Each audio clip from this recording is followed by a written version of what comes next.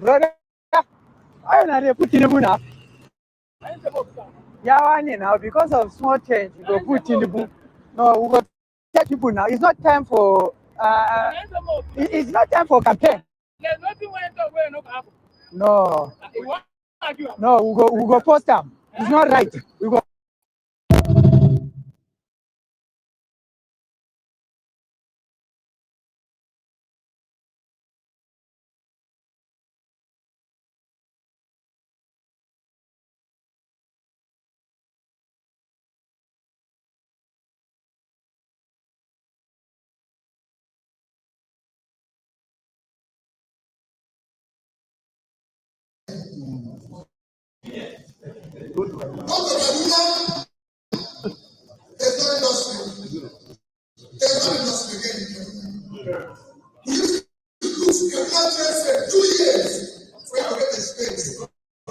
Today nobody goes there. We forgot to pay people for cash. Today nobody goes there. That is the poverty. And when you have poverty, you have criminality and you cannot control. Because when people don't know where the destiny will come from, you can never control the action. And there is the truth. But in all these and the whole responsibility of governments, on government to solve. And I've always said the North can change Nigeria. The greatest aspect of this country is the North. We can make more money. I say it every day. We can make more money from farm agriculture than we make from oil. And I started to prove in everything. If the entire country produces less than 6 million tons of rice, that is less than 10% of all Bangladesh produces. Bangladesh is a country that lives on 148,600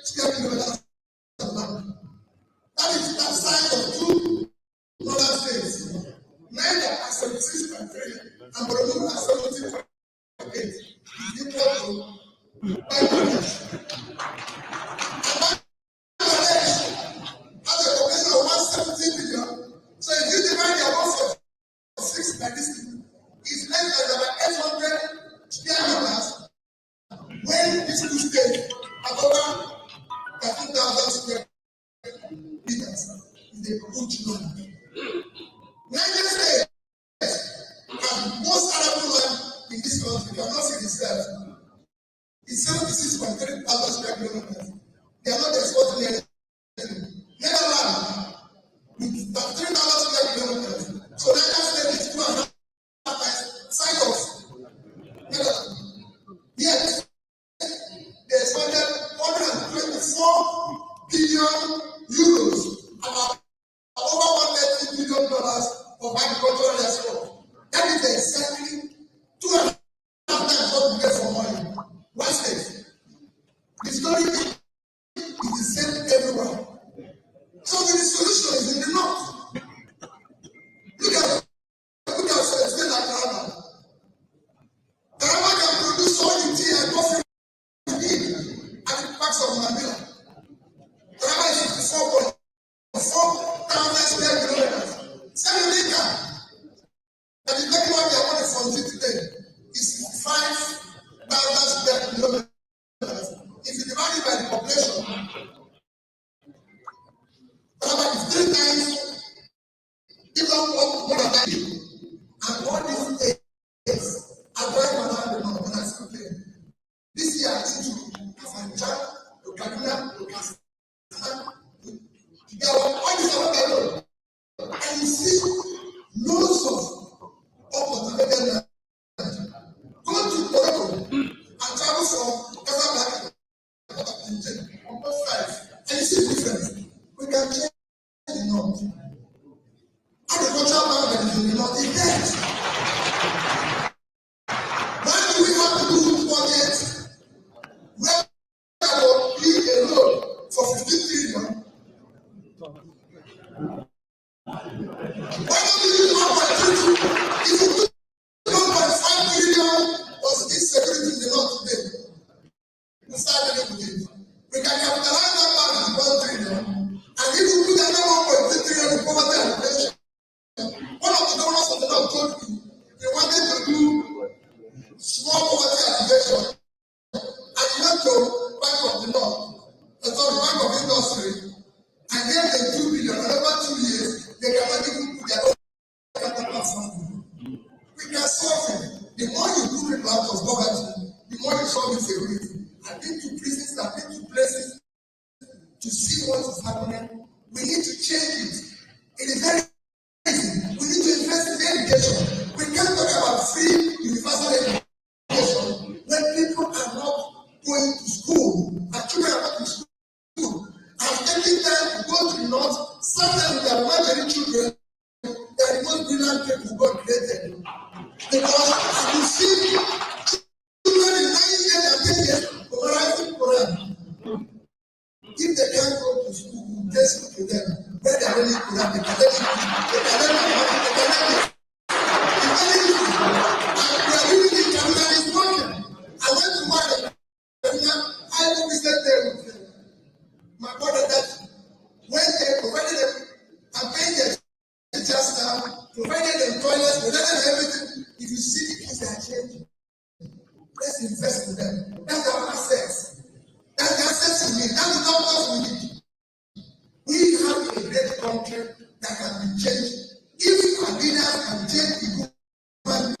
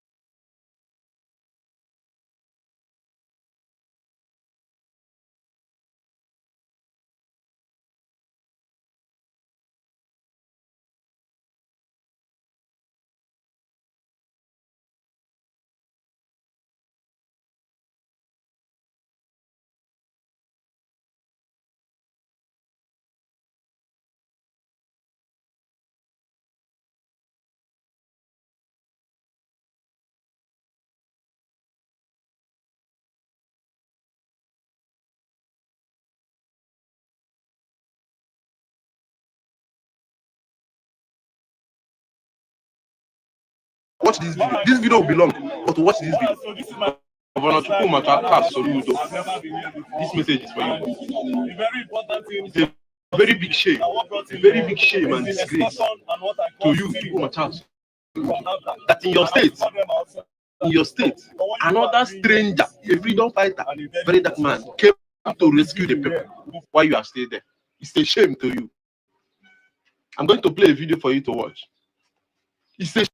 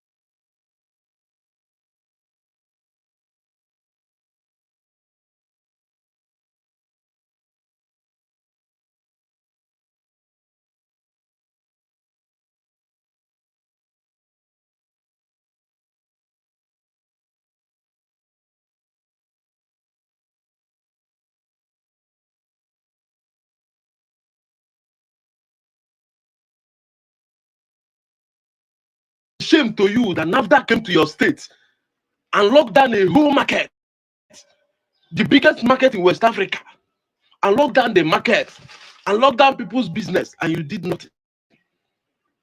You permitted them on no just cause. Everybody's shop, both those who are guilty, those who are not guilty, every shop was locked down, and you did nothing. Chukwumaka Soludo. It's a shame to you. And after the operation for more than 3 months now, they want to go, they want to depart, that the project of extortion and stealing is over. They charge the people to pay 700,000.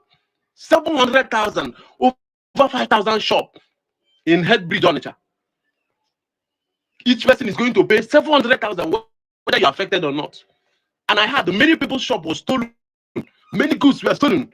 Many people don't even know how their shop was. Many people came back, see their shop very empty. But yet they were told to pay 700,000. This is a very big shame to you, Chukuma Charles Soludo. And a stranger from nowhere is coming to Anambra State for the very first time to rescue the people. And you have said nothing. You have not addressed the people. You have not said anything about this matter to rescue the people. These people finished operation after starving the people for 3 months. They came back to charge them 700,000 without any lawsuit, without apprehending or showing us those material they got from that market, without no evidence, no proof, nothing to certain that these people really were selling fake drugs. Even if they are selling fake drugs, not all of them. Chukuma Charles Oludo, you did nothing. And now, very dark man came to that state and started speaking up. He posted it 3 hours ago. Go and watch the video. I'm going to play it at the end of this video. But it's a very big shame that my governor, Chukuma Charles Soludo, is in Anambra State watching this evil perpetrated on the people by NAFDAC and APC under the leadership of Tinubu. It's a very big disgrace. That is my comment. Watch this video and see how very dark man came to speak up. And now you know, everybody involved is going to learn the hard way. Even Soludo, you are going to learn the hard way because it's obvious that you are there watching these people to suffer. And more than 1 million people or 1,000 people have paid this 700K. On what ground are they paying for after stabbing them for 3 months? It's a very big shame that another fellow, VDM, very dark man, is coming to speak in your country against the evil penetrated inside your own state where you are. A very big shame. Watch this video. Watch this video. It's not a mere mouth. Watch this video. This video was posted 3 hours ago. Watch this video. And let us see how the outcome is going to be. Chukuma Charles Soludo, you did nothing. The people were crying, suffering for how many months? You did nothing. Watch this video I'm about to play. Very dark man now is now carrying the case on his head. They're going to file a lawsuit against NAFDAC. Of course, what they did was wrong. Why are you tasking the people after starving them for 3 months? Show us the fake drugs. Show us the fake drugs. Let us see that this is true. Show us those who are selling that drugs. It's obvious that our system is corrupt. It's as corrupt as any other thing you can imagine. I don't want to talk too much, but this is very painful. It's very, very painful. But I'm very happy to see that very dark man has vindicated us, who are the Igbo people. Thank God that he remembered the Igbo people. Thank God that he's in Anambra State today, because there are many cases we are going to report to him. Before he leaves, I swear to God, we are going to report many cases to him, because we are suffering in Anambra State. We are passing through a lot in Anambra State. We are passing through a lot. If I tell you how humiliation, all those agents that Soludo is putting in power, is putting in offices, if I tell you how humiliation these people make pass through, if I tell you what Ndi Udogachi humiliates youth, you can't be walking along the road anyhow. They will search your phone, whether you are innocent or not. They will just see you and call you. They will search you. They will humiliate you. If you talk too much, they call gone. I have been a witness to that. It's not that the day I'm supposed to make videos, but if I make video that day, they might break my phone, 13 Pro Max, and I can't buy another one. That was why I not bring out my phone to video it. If I tell you what we are passing through in Anambra State, you will cry for us. We are going to report a lot of cases to VDM. These 2 days he's going to stay with us. We are going to report him, report the governor and every other system to him. Because since you are not speaking up for us, since you are not defending your own people, maybe somebody better than you will come and speak for us. Watch this video. This video will be long, but watch this video. Okay, Messian. Watch this video. This video will be long, but watch this.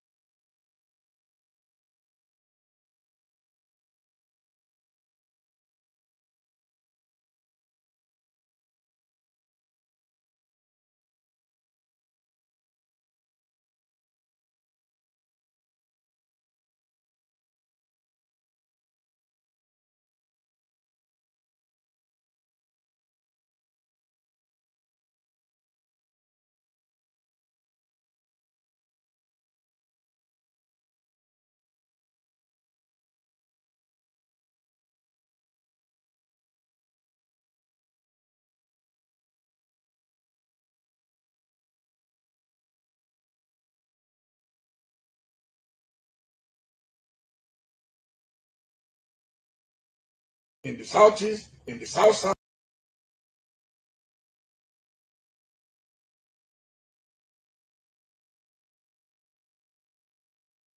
in the southeast, in the south, in the north central, and all across Nigeria, you have leaders who are chicken at it.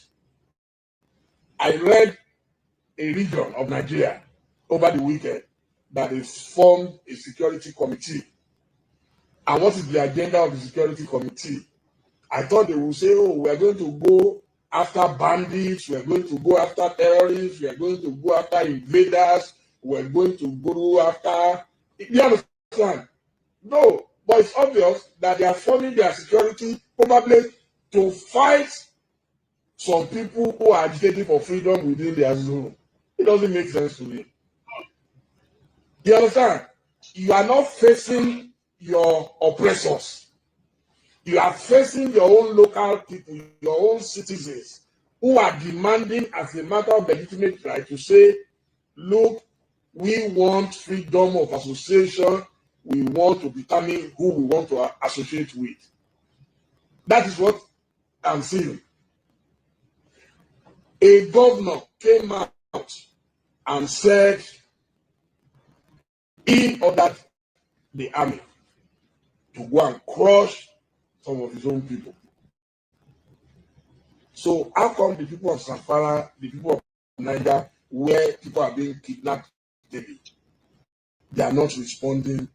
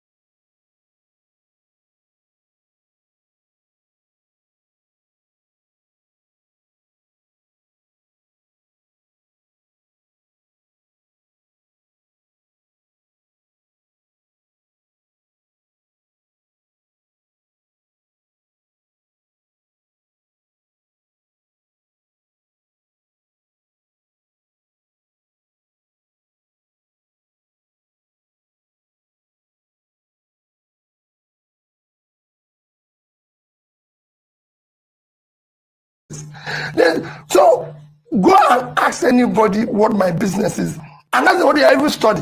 Even when I read what I studied in Harvard is market to market management. I'm marketing. I'm a distributor. And go and ask Coca-Cola there in Nigeria.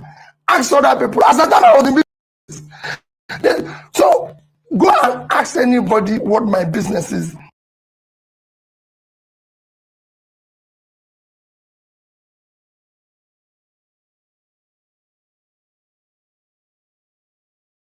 In the southeast,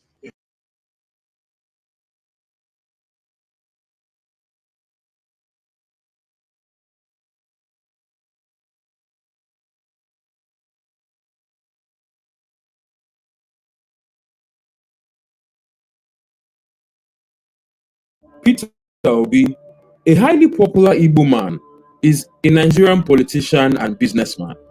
His full names are Peter Gregory Obi, but he is fondly called Okute by his supporters.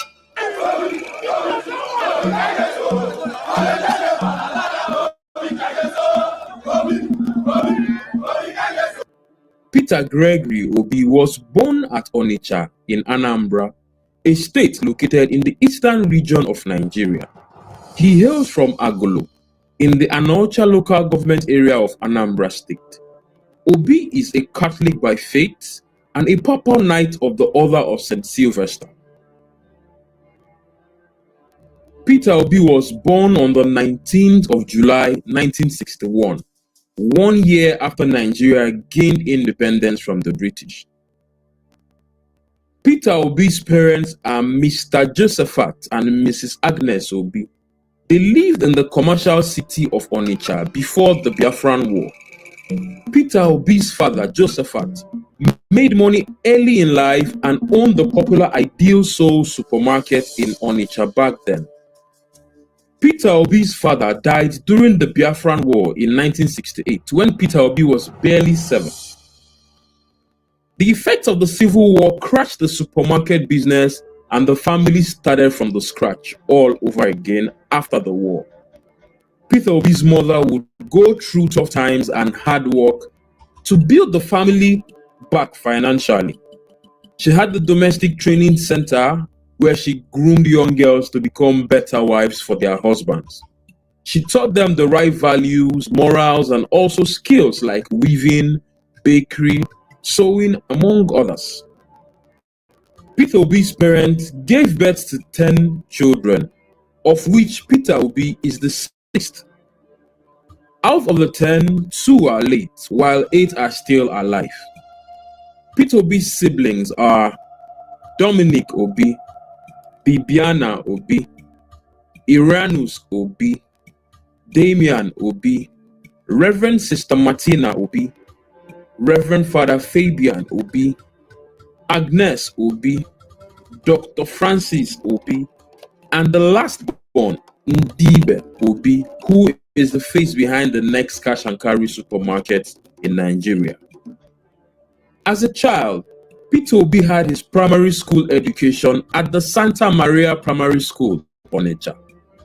He attended Christ the King College, Onitsha, where he obtained his West African Secondary School certificate.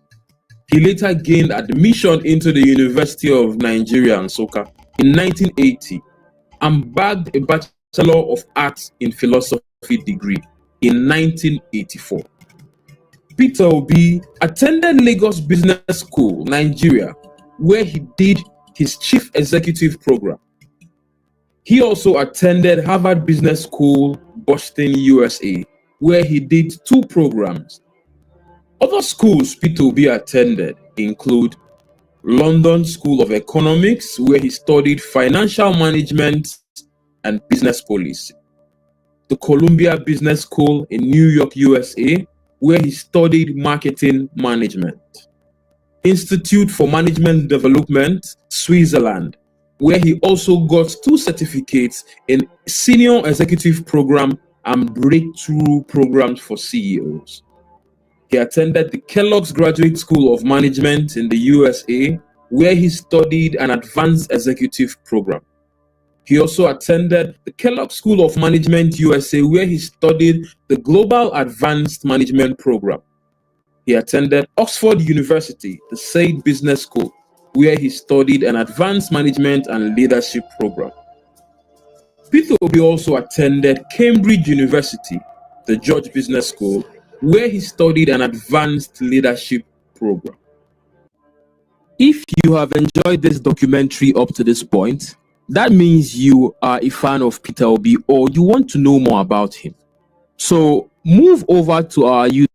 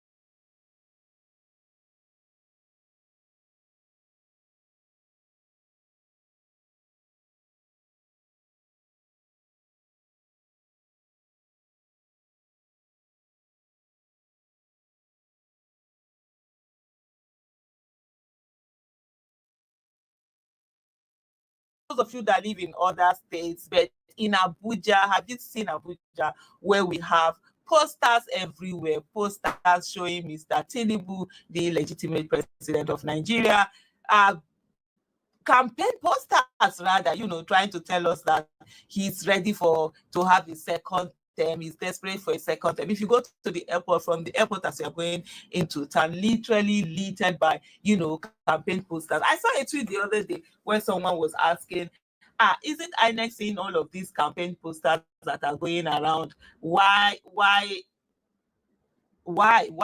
they allowing these posters, to be there, to be everywhere, and just nothing? They are not saying anything. But anyways, we know how deliberately this institution try to become deaf and dumb, and sometimes blind when it affects certain issues and all of that. Or maybe they will say, oh, there's nothing wrong by flying your campaign poster, even if it's 2 years to election. But beyond the campaign posters, really, it's also the fact that what you see around is these defections that are going on. You're seeing, first of all, we've seen the series of defection that has happened. People moving from PDP to APC, governors moving from PDP to APC. We've seen also potential governors moving from PDP to APC. We've seen the one of, I think the latest is the Akwa Ibom governor, who was shown on video saying that he's likely going to move to APC. And I thought even though they move, something about even though they move, there will still be some. Anyway, and one long story on all of those ones. We've also seen Delta State, where literally the whole machinery of the state of the PDP has been transferred and moved to APC. But let me tell you something. All of those things, they signify one thing: fear. Fear. Fear, as in fear with capital letter F. Beyond that, also we've seen the Senate president. Is it the Senate president? Let me see, Senate president, his deputy, the Speaker of the House of Representatives, his deputy also coming out and standing and saying that they have endorsed Tinubu as the candidate for 2027 election. And they all stood there, sort of everything. That signifies one thing: absolute fear. By the way, just take a look at this video where the Senate president and his other group WhatsApp members were actually endorsing Tinubu. Listen to that voice. That's the voice of the Senate president. I so move. Mr. Speaker. Distinguished ladies and gentlemen, my name is Honorable Abbas Tajudeen, the Speaker of the House of Representatives, and I stand on behalf of the whole entire 109 senators, 360 members, and all the 36 speakers and their members to second this very important motion moved by the Senate President as was second. Distinguished colleagues, right honorable members, members of the houses of assemblies across Nigeria, those in support of the motion, seconded rightly by the right honorable Speaker, Tajudeen Abbas, PhD, GCON. Those in support, give me your voice and say, ah. And those against say nay. The ayes have it. Congratulations, Mr. President.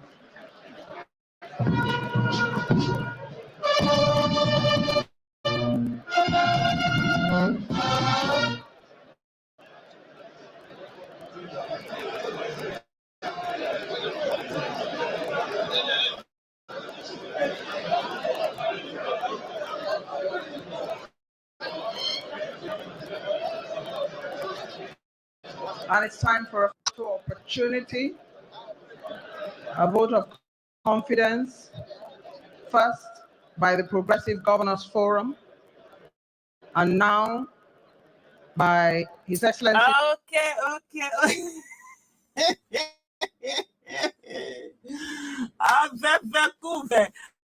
All I can see there is fear, fear, and fear. You understand? So this is it.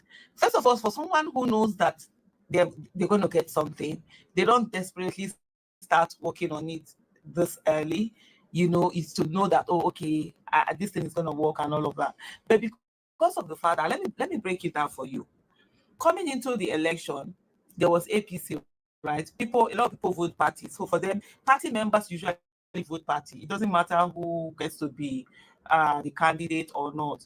And that what usually would happen is that few people, it's those people who are usually not party members and all of that don't vote for party, they vote for candidate. Though there are few members that will do. So what we had with the 2023 election, the Muslim ticket triggered a lot of people, as it should, the injustice of it all. And so APC naturally lost a lot of supporters, especially who were no longer going to vote for the party because it was a Muslim ticket, especially the Christians from the northern part of the country. And because ordinarily that's where they should have chosen a running mate, which they didn't. So with that now, what you now had was that they had lost that. But there were some who still, a bit of the Southwest, Tinubu had a bit of support from the Southwest, not all the Southwest though. Lagos, of course, he didn't have that Lagos, because Lagos were already tired of the hold of the choke hold that Tinubu had over there. So that wasn't a part of Lagos, wasn't part of it. So the rest of the Southwest, he had a bit of something, and then you had the northwest, mostly not the middle belt, the northwest and a bit of the northeast. He had some sort of support that he could get based on the fact that it's APC, it's Buhari's APC. You understand that they were voting for, so he had that. In the south side, he really didn't have the support. In the southeast, totally that support wasn't there, at all. So where is the remaining now? Northeast, yeah, they had a bit of, it was like 50-50 kind of support, with some looking at the Shetima thing, but it was still 50-50 because Peter Obi was able to garner a good number of support from the northeast region. This brilliant device keeps your home cool in summer, even during heat waves and power outages. It's smaller than a lunchbox, cools. So what you have now is the fact that there's a whole lot of anger, going on. The West, the Southwest, Tinubu is no longer sure of the Southwest. The suffering, the hunger has dealt with a lot of people. So you see people who are not happy. People who are like, no, we don't care whether you are Yoruba or not. We don't care whether you are South, West, or you are whatever. Please, please, please, please. We are suffering, and the suffering is telling. So he has lost that little bit of support that he had. In the North also, you have that he has lost also the support. And so there is the anger, and the people not get Southeast. I don't see him getting any support from the Southeast, so he's desperately looking for. South also, he's the hunger and everything. He's not getting that support that is good, though they are using the leaders to do all of this. So basically, I think what Tinubu thinks is going to bank on is rigging as usual, but he needs to do more rigging. But you need to understand something. For you to be able to rig election, and I keep saying this, you need a critical number of votes. You need to have gotten certain number of votes, then you can have rig and add up it. If you are not able to get that number of votes, there's no how you're going to rig. That's why there are certain places, even no matter he rigged, but he could only rig to reduce the votes, like Lagos, Benue, and all of that. But sorry, not Benue, Plateau. Benue, he was able to rig and turn the vote, and turn the how do I put it, and put the vote for himself, rig the election to favor himself. So right now, he's at a place where he knows he's not going to get that critical vote, anything. So the next thing is this intimidation show of force coming out to say, so that when he does all of these things, people will not be able to say, why do I even need to come out 2027? They've already supported, let's not come out. Because if people don't come out, this is one thing I keep saying, when people are talking, I say, look, when people are saying, oh, 2027, the way the election will be rigged, there will be no, I say, look, come out and do the voting. So that even if, let it be that they had to work hard and rig the election, rather than, oh, there was no need to rig, they just won. Because if we don't come out, their families will vote for them. And even if it's only their families that vote for them, they've won. So if you boycott, that's how people say, oh, boycott election. Boycott election, I say it doesn't work. Because there's no place where it says you need a certain number to vote before election can hold. If, for example, we say 50% have to vote, that's when you can say boycott election, it works. If you boycott election, the polling unit, it's only the person and his family members are going to go and vote. If the person and his family members are going to win. So let me tell you something. Let me repeat it again. Tinubu is very, very, very, very, very scared. Let's make sense of this, and perhaps